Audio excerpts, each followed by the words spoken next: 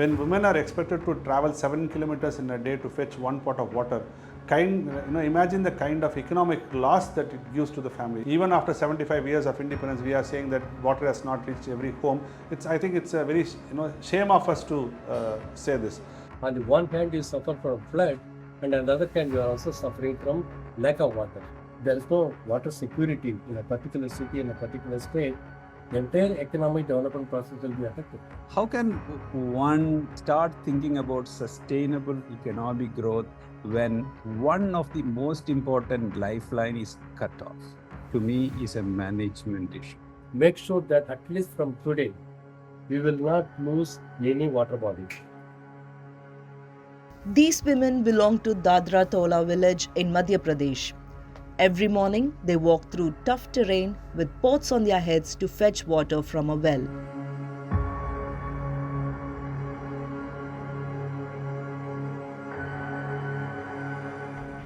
This is a trolley-type water cart that new brides in Tamil Nadu's Ramnad district bring as dowry to their marital homes. It helps them fetch water from distant places more easily. Water scarcity, a relentless weed choking the roots of prosperity and threatening to paralyze the country's economic backbone. This is not something that happens only in remote villages. Water scarcity is a national issue affecting even the national capital, New Delhi, and the IT hub, Bengaluru.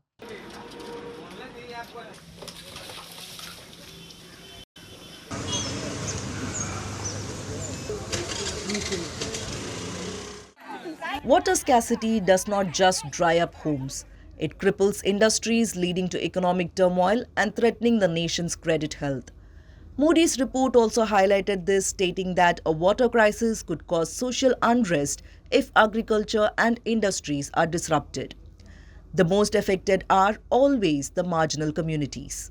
See, the most affected community as far as the drinking water, access to drinking water is the marginalized community, especially the women. In Rajasthan, women have to walk for kilometers to fetch one pot of drinking water to the home. So the onus and the responsibility to bring water to the home lies with the women. In Maharashtra, especially in the Vidarbha region, where the availability of water is very scarce, so women have to walk or wait for hours together to get one pot of water from the tankers that would supply. On the same area, there will be high-end apartments which will use swimming pools as a personalized swimming pools, where the water is always there, people are fed with water. So there's a lot of disparity in access to water. Sundararajan's organization Poovalagin Nanbargal focuses on socio-environmental issues. They have encountered cases where men marry women solely to fetch water for their homes. He also mentioned that in Tamil Nadu's Ramanathapuram district, women receive water carts as part of their dowry to ease the burden of fetching water. If you go to Ramanathapuram in Tamil Nadu, when girls get married, in Tamil called seer, right? As a gift, parents give them girls with jewels or something like that, right? So they'll give a particular vehicle which will carry 6 pots in one at a time as a gift to the daughters who get married. In fact, if you go to different places in India, you will find families just, they're not getting into wedlock because girls don't come to that particular village because there's scarcity of water. So many other things. There's a lot of social and complex problems in availability and access of water. Water scarcity causes such complex social issues. If we want to explore the reasons behind such severe water crisis, it could be a story on its own, as there are many factors contributing to it, such as climate change, insufficient conservation methods, and urbanization. But in the end, we suffer, businesses suffer, and economies suffer as a consequence. Water bodies, channels, rivers, everything get occupied, encroached. And so the water supply system itself is getting distorted.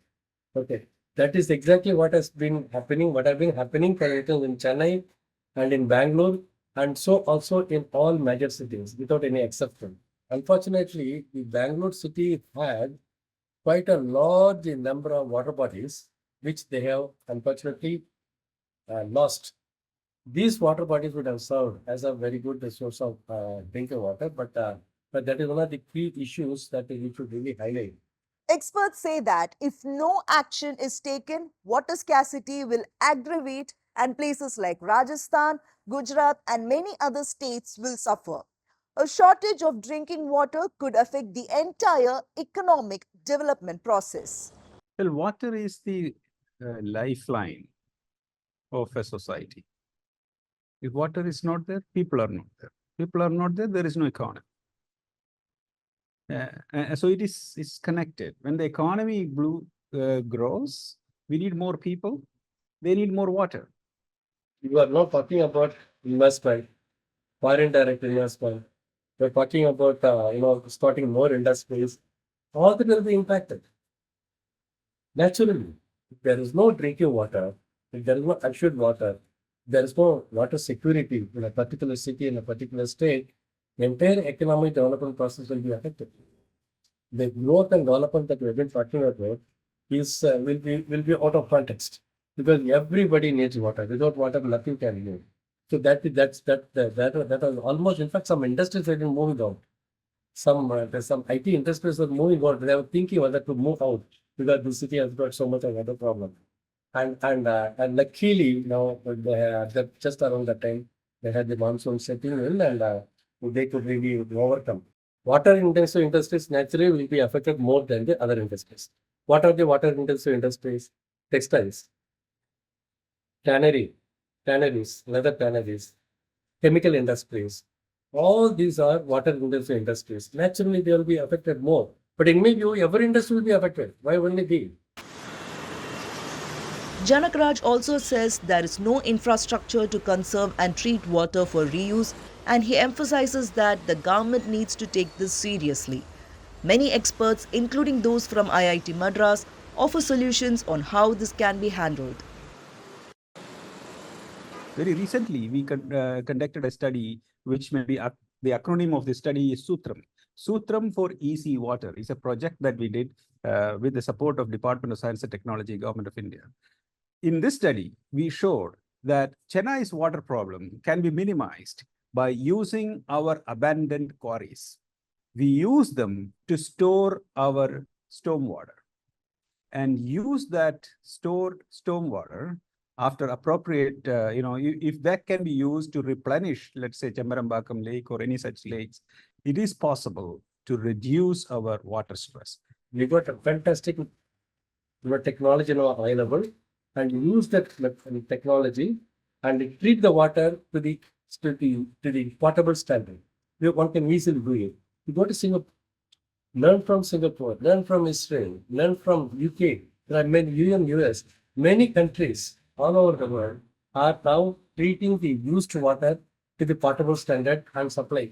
In fact, you can meet your supply to the extent of 40 to 50%, even 60%. It all depends how you treat the water. India has got millions and millions of abandoned borewells. We never use it. Convert scientifically with a proper methodology. Convert every abandoned borewell into a rainwater harvesting structure. That is when you can reach the deeper aquifers. Neerendru Amayadu Ulagu is a Tirukural which means there is no life without water, which is evidently true as water scarcity creates a chain reaction impacting all parts of society. While it may not be possible to fix this issue at once, strong and large-scale efforts to address it are imperative.